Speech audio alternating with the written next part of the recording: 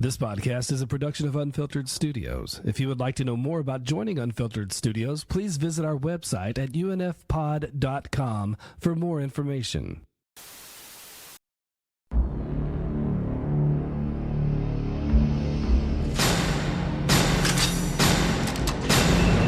the crime capital of the world, where an army of criminals has taken over, there's never a cop around when you need one. But when this cop's around,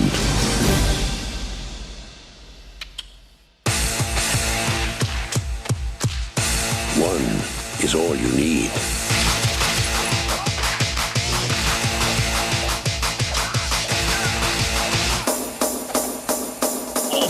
But now, outnumbered and outgunned, even the toughest of cops could use a little help.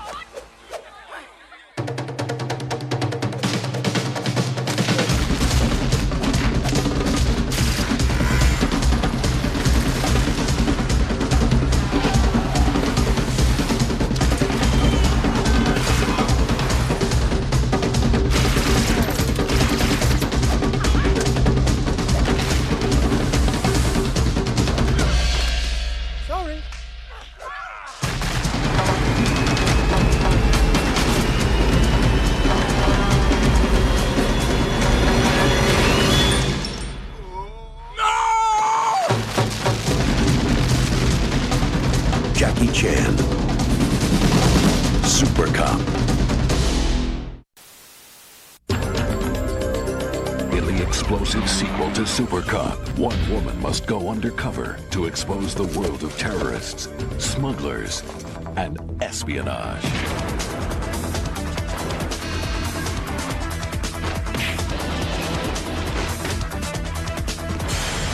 Director of Rumble in the Bronx comes the non-stop adventure thriller with the hottest action heroine, Michelle Yeoh, and Jackie Chan, as you've never seen him before. Supercop 2. The Cold War is over, but a new battle has begun. A terrorist regime is now the head of the new Russian mafia. Has stolen the technology.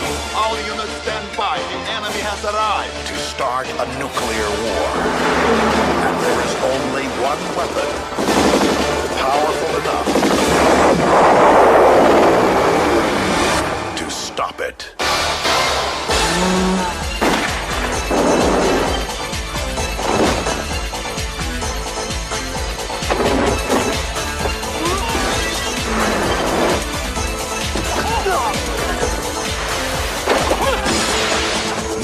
Jackie Chan fights for America for the first time in his biggest action movie ever.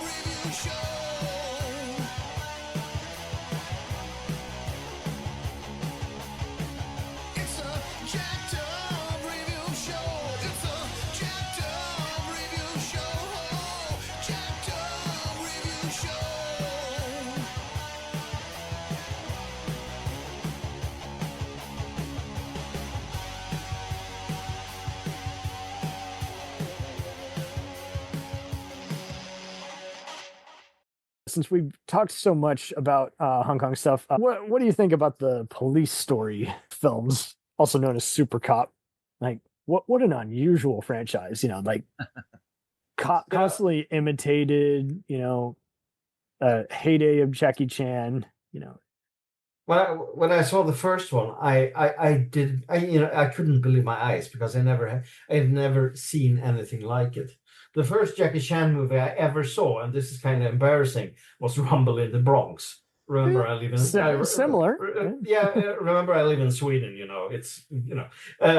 So I saw a Rumble in the Bronx, and I felt, oh, this is fun. Cool fights. Mm-hmm. So I started to look for more Jackie Chan movies, and I had some friends who said, you need to check his movie, and you need to start with Police Story. Yes. And I watched it, and I watched it, and I was like, what the fuck? What is this? This is unreal, basically. Great. yeah, fantastic movie. I absolutely loved it. Watched the Police Story 2. Kind of didn't like it. I like it more now, actually. I think especially when he's defusing a bomb while it's still attached to him. Yeah, and I felt the some of the fights in part 2 was a little bit too sped up. There were if maybe I watched some weird version of it or something. Might have watched that. That's the other thing too. Having to explain to people who are like, "What do you mean? There's many versions of different movies?" I'm like, yeah, trust me. Like they didn't keep a lot of the stuff, and there's still certain versions of like Drunken Master 2, like you might only be able to find at a LA theater that's showing it, It's tough to explain to some people who don't get it. I'm like, it's not as easy as you think. Like, well, I revisited the part 3 Supercop here a couple of days ago, and that was one of those movies that, first of all, I've only seen the Miramax version with added hip hop music and dubbed, and there's only a few of them. It's not as bad as some of the other ones where it's like it's blaring every scene. You're like, I give up. Like, I refuse to watch this version. But I remember when I saw it the first time, I remember to be initially, disappointed because I didn't think there was enough fights. But now when I rewatched it, I was kind of blown away, especially by the non-fighting action, the vehicle stunts, the explosions. Oh, and how everyone's body is a weapon. Like they're jumping off of each other to dodge bullets. Crazy movie. And that last chase scene with the cars and the motorbikes and trains. Yes. And it's like I mean, it's still today.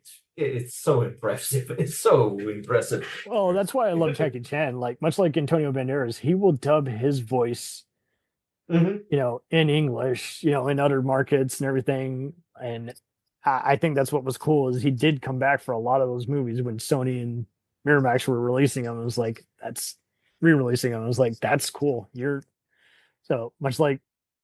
I mean, it's interesting how some of his movies, like I Project A was like some of the last franchises I saw. Like I did see a lot of the mixture of his Hong Kong stuff because it was more readily available as well as American stuff. And I think I just took a big liking to not only stuff like Rumble in the Bronx, but also, Operation Condor. And but it's interesting how, Police Story was that way, where it's like, it doesn't matter what order you watch any of them in. And I didn't realize at the time that First Strike, was technically the fourth one in that venue. And it does, we've said about many Jackie Chan type guys, he brings in Three Stooges and Buster Keaton type stuff for the American audience, but then in a way these movies are almost always like Pink Panther. It's like it's there to serve the gag and then and have some beautiful scenery in the background. It's like, oh my God, they're actually fighting on, Eiffel Tower. They're actually, on that one fancy, speedway in Germany. They're actually, this no-go zone. The travelogues, basically. Travelogues with fighting. Yes, travelogue. There you go. Next week on PBS. but man. And for me, Police Story was my introduction to Jackie Chan for the most part. I'm not going to count, because I saw the Cannonball Runs when I was a little kid and the Big Brawl when I was a kid. Yeah, those are ensemble movies, that doesn't, those don't really count. I'd seen, there used to be a show on, I can't, like Discovery Channel or something called The Incredibly Strange Film Show. Whoa. And deep cut. I had seen a commercial. People forget that AMC used to have one as well. Yeah.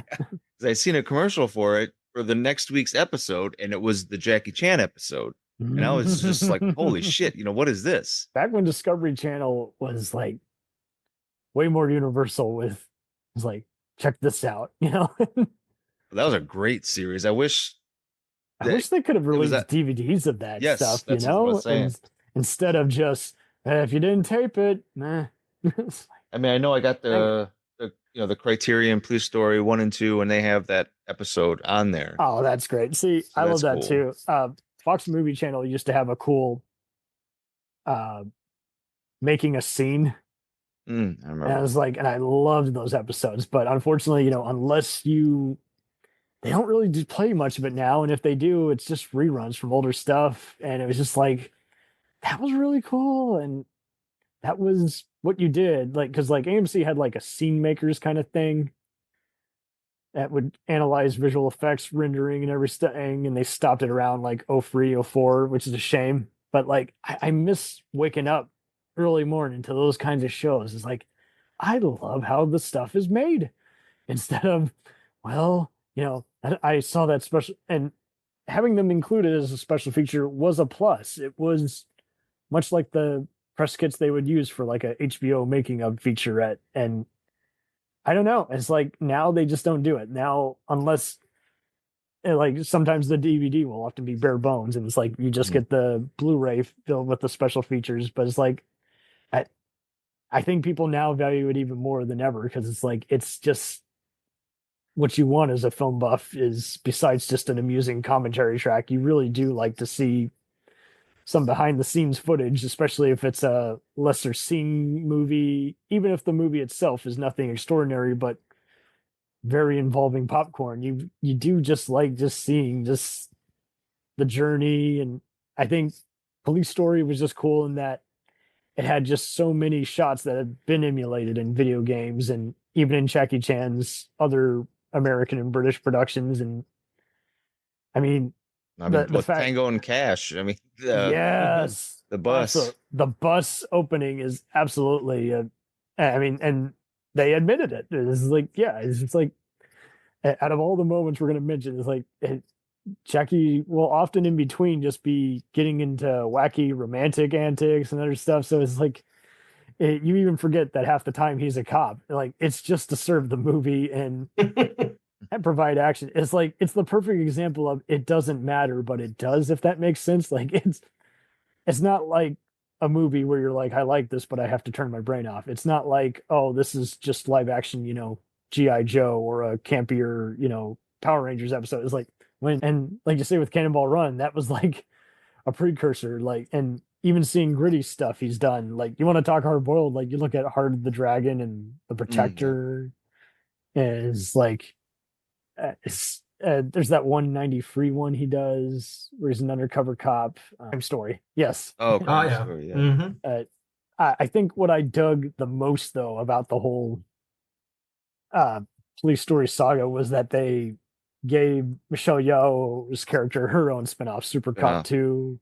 Mm-hmm. It's not impressive at first, but then Jackie Chan works in a cameo as an undercover guy. Yeah, in drag. And it gets unexpectedly very gritty near the end, where she's falling in love with one of the criminals who's not as bad. And he's like, I guess I'm going to have to like sacrifice myself or something. It was like, man. And it is a shame that I think some people got disappointed because they did, in America, we had it as Jackie Chan's, Supercop 2. And it's like, he's not in it except the cameo. And then other companies overseas had him on the poster holding a gun. It's like, that does not happen. Truth in advertising, guys. But I do actually have a lot of fun with it. And I did have many nights where it came on Spike TV and Michelle Yeoh, like Jackie Chan, did dub her voice. It was a dorky script, but like they made it kind of work. It's not always fine-tuning the comedy and the gritty crime stopping, but it still suffices. Like, it is very involving. Jessica Yang is rising in the ranks, stopping a gang of thieves. And I think I even saw one reviewer saying, I think Die Hard with a Vengeance ripped this off. I'm like, they probably did.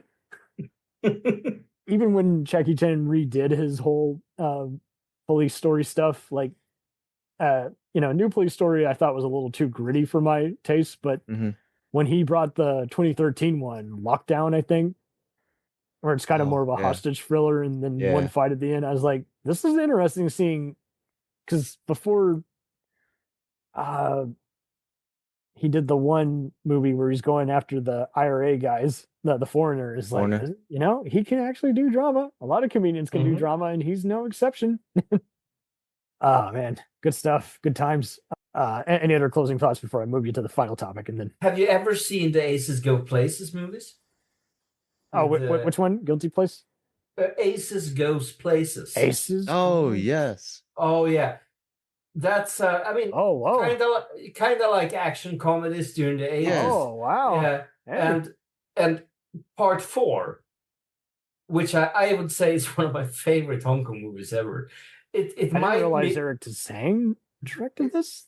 The guy who's always the comic relief. Wow. Yeah, and I mean, Cy Hark's in it as a mental patient. That makes sense. Wow. Yeah, but I mean, if you haven't seen them, I mean, vaguely heard them.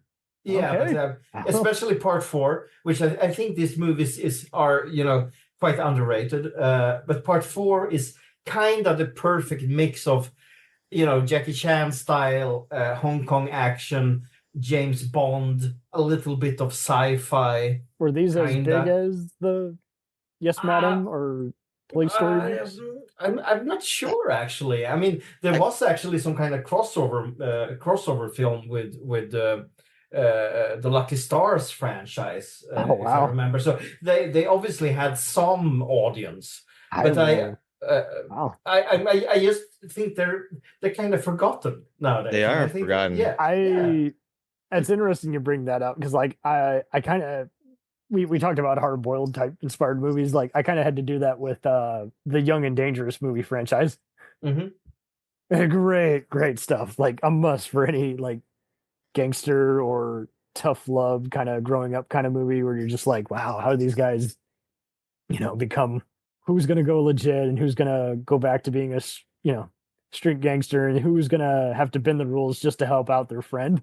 It's like the Batman's curriculum is like nice guy at day and then anti-hero at night. And so it is interesting how there's always just so many, just when you think you've seen all of them, there's always so many others. Like, yeah, there's this one franchise. It doesn't get played on video anymore. Looking at some of the posters and screenshots that I'm seeing on here, some of them look like they're using some of the exact same kind of Project A kind of locations, just jump off a blimp and recycle. But I vaguely heard of it. I think because the original was known as Mad Mission. Mad Mission. Mad Mission. Yeah, exactly. Yeah, like James Bond style burglar. So there you go. That might have inspired John Woo's Once a Thief. Oh man. Well, check them out. That's my recommendation. I promise. Check out the Yes Madam. Check out Police Story. Check out Aces Go Places. We'll return after these messages. If you like small town mystery, crazy news, and wild history, then the Florida Men on Florida Man podcast is for you. Each week, Josh Mills and Wayne McCarty bring you the absolute best Florida has to offer. So if you're looking for a show that's safe for the family, but funny enough to help you escape everyday life, then listen to the Florida Men on Florida Man podcast. That's Florida Men, plural, on Florida Man podcast. Hey, it's Brent Pope, the host of Breakfast with Brent Pope. You've seen me on some of your favorite TV shows saying things like, "Give it up, Jimmy. You got to sink this putt to win." On Breakfast with Brent Pope, I sit down with guests from the entertainment world, and we do it all over breakfast. Or should I say Brentfast? Every week on Brentfast, you get inside Hollywood info and tips, great breakfast recs and booty debates. Most of all, you get the most delightful 30 minutes of your week. So dig in. It's Brentfast time. Listen at Brentfast.com, Apple Podcasts, or wherever fine podcasts are found.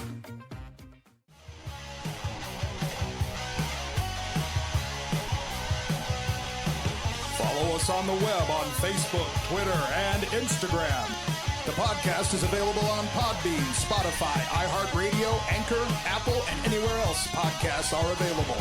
Feel free to review our show and leave comments on any of those sites. Thanks a million for listening. It's a jacked up